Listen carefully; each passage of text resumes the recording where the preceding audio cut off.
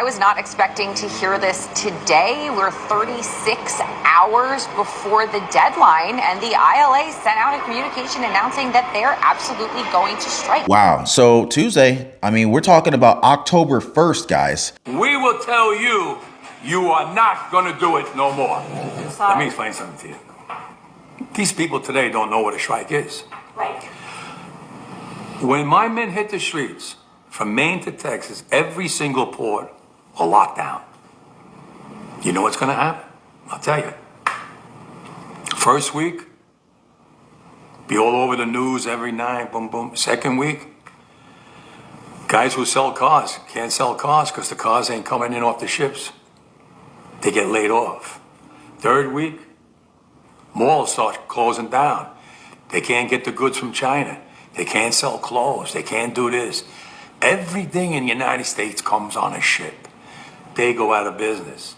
Construction workers get laid off because the materials aren't coming in. The steel's not coming in. The lumber's not coming in. They lose their job.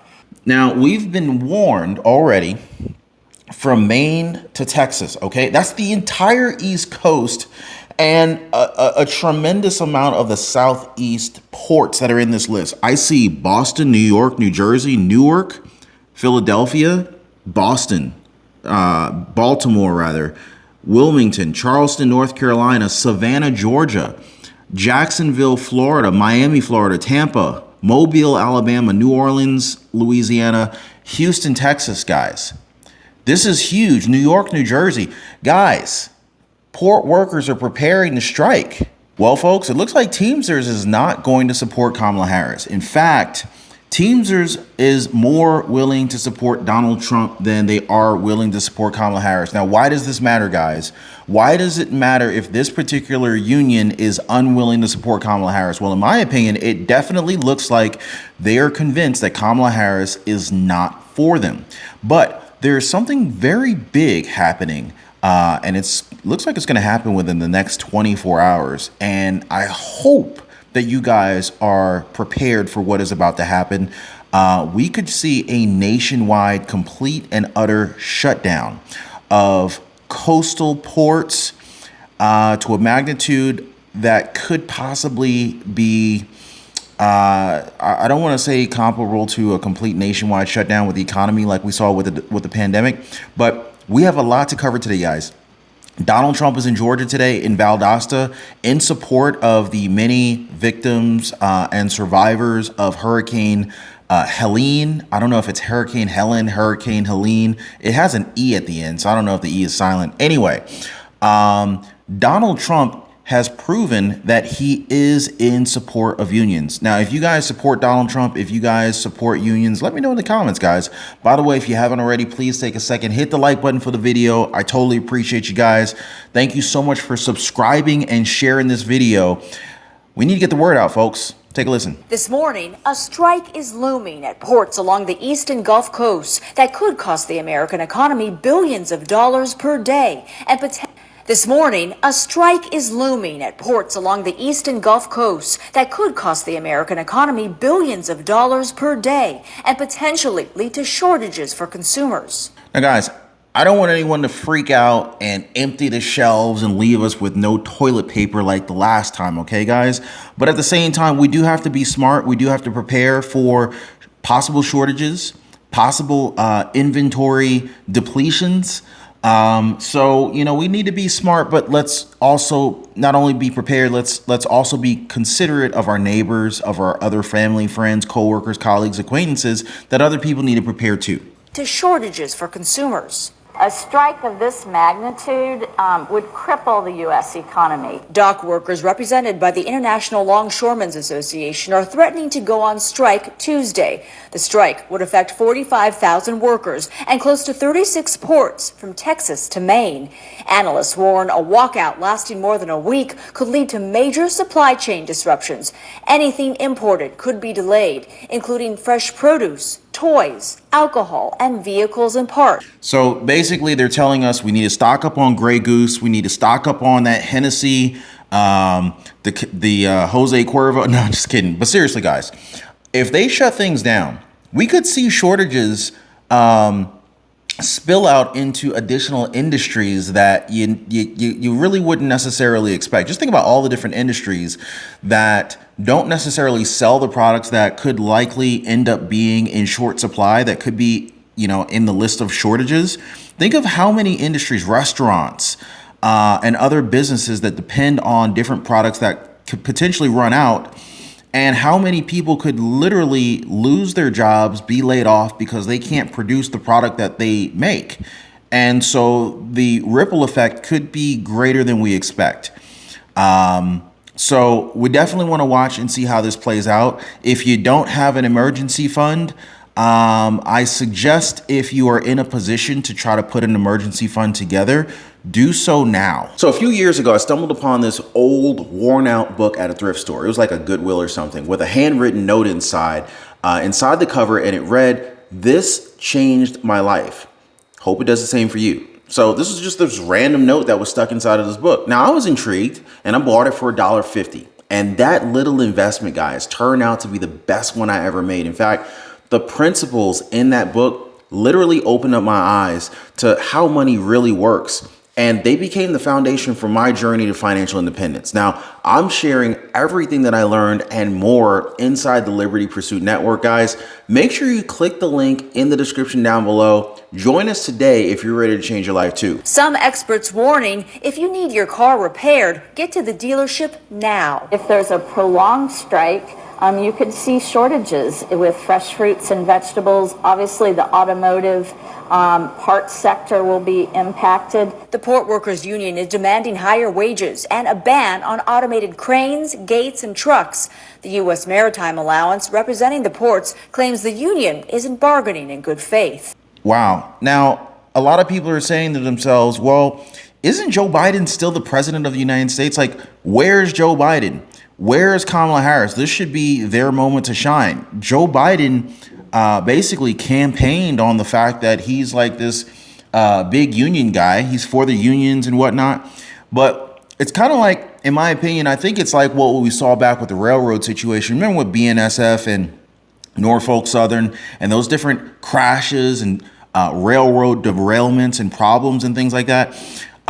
There was a strike. There was a major BNSF or BSNF? I forget how you say that company, the railroad company, Norfolk Southern's primary competitor. So BNSF, they were borderline about to have a strike, and you would think that Joe Biden would have came in and prevented any of that from happening, because that would have wrecked a number of different industries. We would have seen shortages across the United States. All 50 states would be impacted, but there's a tremendous amount of raw materials, goods that are transported via train. Even to this day, I know railroad and train sounds like it sounds like it's so like early 1900s, 1800s, but there's a tremendous amount of goods that are really only transported via train due to safety issues. Case in point, when that whole BNSF or Norfolk Southern train derailment took place, I think it was in like, oh my God, was it East Palestine? I forget which. Y'all let me know in the comments. Was it BNSF or was it Norfolk Southern? Anyway, that train derailment created a tremendous toxicity problem within the air, because remember, they were trying to set and it screwed up the whole water system, and because of the contamination. Now this and it was crazy because we were hearing that the smoke was from the explosion had traveled miles. People 50, 100 miles away were saying that they were smelling this stuff. Now, think about the immediate residents that live there. I don't know if you guys are even aware or remember that particular crisis that took place with the East Palestine train derailment. But that's almost as bad as, I mean, it's worse, I think, but it's almost as bad as what we saw just yesterday. You guys remember what happened yesterday with the biolab explosion that took place in Conyers, Georgia? I mean, the billowing smoke that you could see from I-20 on the highway, it was just, it was like something out of an apocalyptic movie. And this is the exact same day that Donald Trump had visited, Donald Trump and Melania Trump were actually at the Georgia-Bama game. And it was just wild how much was happening that day. Anyway, the impact of this shortage, the impact of this impending strike, guys, we're talking about less than 24 hours away from. By the time you see this, it may be less than 12 hours away from the strike, and the impact of this strike, it could be substantial. I mean, you want to talk about GDP impacting our economy? You think our economy is bad right now? You think inflation is bad right now? Just imagine. I mean, inflation's already high. Kamala Harris and Joe Biden haven't done really anything, in my opinion, to really help us with inflation. You guys can let me know if you think, if you agree or disagree. I think inflation was a lot lower under Donald Trump's presidency. And even people who don't like Donald Trump admit that, hey, inflation was a lot more under control. It was tamed under Donald Trump's administration compared to the Biden-Harris administration. And predictions are coming out that inflation would be a lot worse under Kamala Harris and Tim Walz. But we're going to go ahead and save that for another story, for another time. What I do want you guys to understand is if this strike actually does take place, just imagine what the cost of goods is going to do. What is going to happen with the cost of goods? Basic supply and demand principles, economic principles here, guys. When supply goes down and the demand increases, what do you think is going to happen to the prices?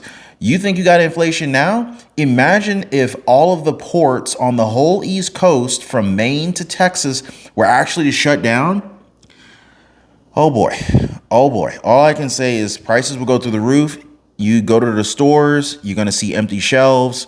And I'm not trying to add hyperbole to this, but it's just basic economics, guys. I'm not trying to scare anybody, but this is live. This is real time. The Maritime Alliance has filed an unfair labor practice charge with the National Labor Relations Board in hopes of getting the union back to the bargaining table before Tuesday's contract deadline. Wow. So Tuesday, I mean, we're talking about October 1st, guys, right around the corner. Association ordered union workers at major shipping ports along the East Coast. Thousands are set to hit the picket line this Tuesday. The International Longshoremen Association ordering a strike after talks demanding fairer wages hit a standstill. News Nation's Caitlin Becker joins us live from Port Elizabeth, New Jersey. Now, guys, let's just take a look here. Now, we've been warned already from Maine to Texas, okay? That's the entire East Coast and a tremendous amount of the southeast ports that are in this list. I see Boston, New York, New Jersey, Newark, Philadelphia, Boston, Baltimore, rather, Wilmington, Charleston, North Carolina, Savannah, Georgia, Jacksonville, Florida, Miami, Florida, Tampa, Mobile, Alabama, New Orleans, Louisiana, Houston, Texas, guys. This is huge. New York, New Jersey. Guys, port workers are preparing to strike. New Jersey, Caitlin, what are we learning here? Major developments since the last time we spoke. Yeah, truly, Jesse. I was not expecting to hear this today. We're 36 hours before the deadline, and the ILA sent out a communication announcing that they're absolutely going to strike. They're going to walk off the job when their current contract expires. Now, it's a 6-year contract. Each of these contracts are 6 years, and the expiration date is midnight on Monday. So 12:01 Tuesday, these workers are going to walk off the job. There's going to be a full-on work stoppage up and down. We've seen work stoppages with General Motors before. We've seen, with GM, and it generally happens with these manufacturing businesses. General Motors, Ford, Stellantis. I mean, we've seen this before, and when the union workers don't get what they want and they come together and they put their foot down, they will literally shut these businesses down. And I got something that I'm going to share with you guys in a little bit. We're going to talk about how they want to implement automation. And the key for these businesses, for these large corporations, is profit, profit, profit. They want to increase the revenues. They want to drive down their expenses. They want to increase production, and they want to basically make as much money per unit as possible. This is basic business, right? The problem with that, though, is that workers get screwed. And so in order to combat that, workers are coming out and they're saying, no, we're not going to let you have these automated systems eliminate my job so I can't feed my family, and then you're going to end up laying me off. What am I going to do for work? Some of these towns don't have any other work opportunities other than where they're working at. Some folks work in a factory And if that factory shuts down or that particular position gets eliminated, what are they going to do to feed their family? That would devastate the family's household income. The East Coast and parts of the Gulf. Now, the ILA has not released any details specifically about exactly where these picket lines are going to be. They said that's going to come likely sometime tomorrow. However, they did note what the major issue was, and it really came down, Jesse, to wage stagnation. They said that the U.S. Maritime Alliance, that is who they're in talks with or were in talks with, just wouldn't come to an agreement about what they called wage subjugation that they said had been happening for years. Now, I have to tell you that from the U.S. MX perspectives, they have said time and again that they were offering industry-leading wages more than the 32%, which was the last hike that their West Coast counterparts got for their contract last year. Wait, did they mention a 32% hike? Are they talking about a 32% raise? How many of you guys work in an industry where there's a union, or maybe you're, close friends, maybe a spouse to someone who works in an industry with a union? How many of you guys would actually be directly impacted by this? I'm just curious. You guys let me know in the comments down below, guys. But the ILA wanted a 77% wage hike, and they just couldn't come to an agreement. Now, these two groups haven't been at... Okay. So they wanted a 77% wage hike, and it looks like they're getting offered a 32% wage hike. That's a pretty substantial increase. Now, I don't know how long it's been since the last wage increase. Obviously, if it's been 10 years, then you would probably be about due for at least a 30% raise or wage hike, because inflation's been eating your lunch for the last 4 years. But inflation has always been there. But the scale, the rate of inflation has been tremendous over the last 4 years. Some people think it's only going to affect imported goods, and that we can use other ports, but we'll suffer paying higher prices. I disagree with that. I think that, anytime you have a strike, especially that's affecting the ports, that means that we can't export goods either. It's going to impact imported and exported goods. You got to look at it from both sides. So a crap load of inflation is expected if this strike does go through.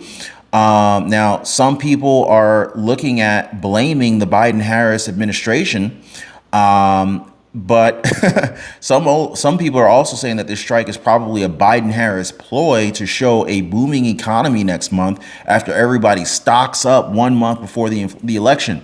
Now, that's an interesting take, guys. Imagine this. If this strike takes place, and or even if the strike doesn't take place, look what could possibly happen. I think this is a very good point that that has been made here. If people think a strike is coming, if everyone suddenly runs out to the stores and buys things up in advance before this strike happens, because they're fearful that there will be shortages and inventory will be lacking, this could create a tremendous spike in the economy. And then Kamala Harris and Tim Walz can come out and say, hey, look at this amazing economy. Look at the GDP growth. Look at this GDP spike that took place. Meanwhile, this could theoretically have been a coordinated, pre-planned, well-executed plan against the American people by threatening a strike or even having an actual strike and forcing people to go out and spend money. Because when people spend money, when it basically boosts the economy, right? It also boosts inflation, but it boosts the economy, and it would give Kamala Harris and Tim Walz the ability to be able to say, hey, under my administration, and it's funny because Kamala Harris doesn't want to take any credit for things that have not gone well under the Biden administration, but she will take credit for when things do go well. Under my administration, the GDP, the economy has spiked, even though it's spiked due to this whole impending strike coming up. But, that's rather interesting. So another one, Lee says, it must be nice to be able to afford to go on strike for higher wages while the rest of us are forced to suffer making crap because we literally can't afford to strike. And that's a good point. Now, I've not ever worked for a company where there's a union in place, but from what I understand, from what I gather, unions, number one, you got to pay dues into them, so they're eating away at your paycheck. But there's allegedly some benefits to being in a union. If you guys have any personal experience working with unions, let me know if you think they're good, if they're worth it, or if they're a waste of money, if they don't really actually support the workers like they claim to. But I heard that unions pay you an amount likely not equal to your typical income while you're on strike. So I don't know what that figure would be. Any of you guys who happen to work for a union, you guys let me know in the comments how much of your salary or income would be provided by the union if you were to strike. Is it 50%? Is it 80%? Is it 100%? Is it 10%? Y'all let me know in the comments. Yeah, a lot of people are saying that the East Coast is totally screwed. The East closed off from West due to hurricane, and now ports are closed. War is coming. Won't be an election. Where's the National Guard or FEMA for these devastated states? And this comes on top of the fact that today there was a freaking massive Verizon wireless outage. I mean, it's just crazy how many things we're getting hit with. We had a nationwide Verizon wireless outage, and it almost seemed like Verizon didn't want to accept the fact that, hey, half the freaking country can't make calls. They were stuck in like some kind of SOS, they were stuck in like phones were stuck in like SOS mode. I don't know if you couldn't make phone calls or whatnot, but because I don't have Verizon wireless, I didn't get hit with that. I need to look into that and see exactly what happened with the Verizon wireless outage today. But all I know is like their phones weren't working. The phones were like a brick because it's like, yo, this phone's useless to me with the service being down. So Verizon Wireless is saying that their phone service is being restored. There's a tremendous amount of customers still complaining that the outage is still in effect for them. So you guys let me know, because we were getting initial reports about the Verizon Wireless outage earlier this morning. I don't know how many people are affected to this very moment right now, but it was pretty serious. It was definitely across the United States. Go to put a fully automated terminal, we are going to shut them down around the world and put them out of business. Now, we might shut them down for 3 weeks to send them a strong message. None of your ships are going to move. But if they think they're going to keep going and putting on fully automated terminals and knocking out great jobs that dock workers have worked for 200 years to bring these people to where they are today, and now it's all about greed and money, they don't need us no more. They want to put a fully automated terminal in and get rid of us. I'm not going to allow that. I will never allow that. You understand me? So this is a must. We're going to have this alliance, and we're going to make it work. We're going to show the companies we have the power, not you. What do you guys think about that? You know, you got automation, AI, ChatGPT, Google Bard, all these different automation tools. And while they are convenient and helpful and they can increase productivity, the problem that people are having with this, and, you know, again, let me know if you guys find yourself in that situation or you know someone who's in a situation, is eliminating some jobs. It's going to eliminate jobs. Now, the positive side to this is, you know, it will create some new jobs. There's a lot of jobs today that exist that didn't exist, say, 50 years ago. So with the evolution of an economy, there are some jobs that end up being casualties.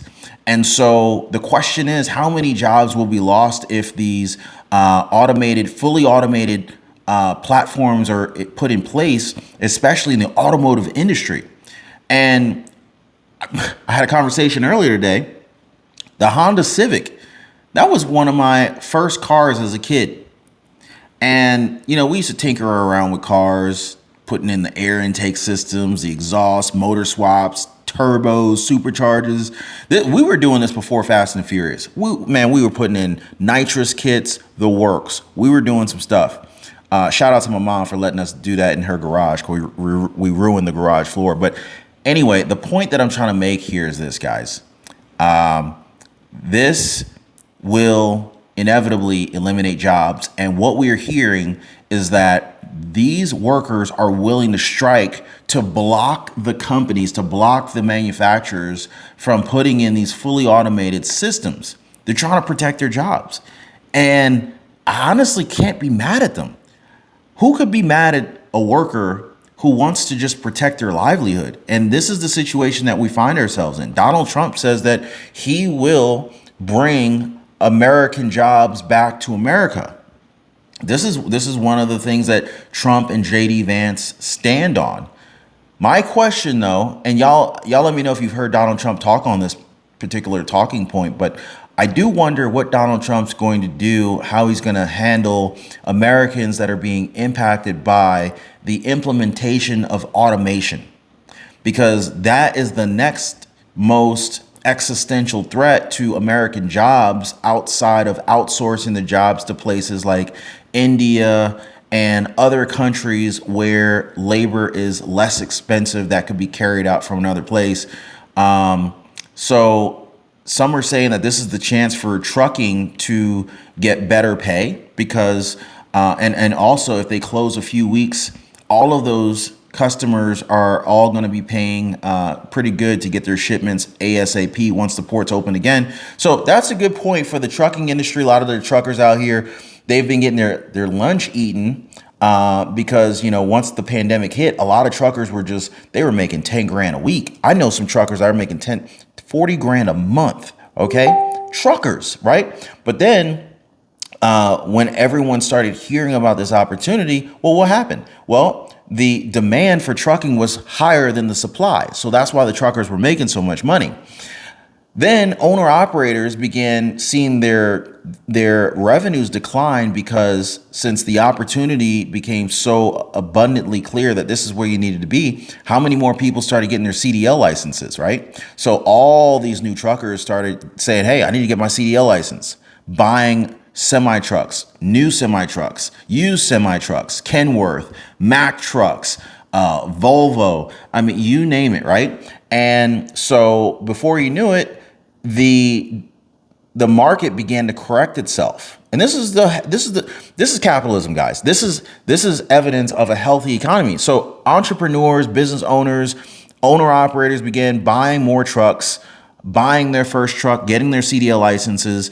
And what ended up happening is that more and more of these truckers came on the market. Now it's to a point where I'm hearing from a lot of truckers that the amount of money that they can make trucking is not what it used to be. Well, I mean, that's what happens. The boom, the opportunity, the window kind of like closed and more people started coming in. So with more truckers, the rates started coming down because it's like, hey, these companies didn't necessarily have to deal with the few truckers that they had. Now there's an abundance of truckers. So when people say that this is a chance for trucking to get better pay because they're going to close for a few weeks, you got to look at it like this, though. If they close for a few weeks, what are you going to be doing for those few weeks? You might get more pay if let's assume that the strike takes place, they shut down for a few weeks, the pay goes through the roof. You didn't eat for 3 weeks, though, or however many weeks they were shut down. So it's like, okay, if you have to shut down, is it worth the shutdown to get this temporary higher pay rate? I don't know about that one. Folks are saying you got to do what you got to do. Somebody said that this guy's a Dave Ramsey brother. He definitely does look like Dave Ramsey. Look at this guy. We will tell you, you are not going to do it no more. Let me explain something to you. These people today don't know what a strike is. Right. When my men hit the streets, from Maine to Texas, every single port will lock down. You know what's going to happen? I'll tell you. First week, be all over the news every night, boom, boom. Second week, guys who sell cars can't sell cars because the cars ain't coming in off the ships. They get laid off. Third week, malls start closing down. They can't get the goods from China. They can't sell clothes. They can't do this. Everything in the United States comes on a ship. They go out of business. Construction workers get laid off because the materials aren't coming in. The steel's not coming in. The lumber's not coming in. They lose their job. Everybody's hating the longshoremen now because... Oh boy, guys, get ready, folks. all I can say is get ready, folks. This could be huge. By the way, if you haven't already, please take a second, hit the like button for the video, subscribe to the channel. Make sure you share this video with your friends, with your family. Share this video on social media, Facebook, Twitter, and check out my previous videos, guys. You got to check out the latest that's going on with Diddy, with the New York City mayor, Eric Adams, just got hit with an indictment. And of course, all of the latest news that is going on with Donald Trump versus Kamala Harris in the most important presidential election in our lives. Definitely check those videos out. Click on my channel right now. Check those videos out. Click on the videos tab and click on the live tab. Anyway, guys, I wish you guys all the best. I'll see you next time.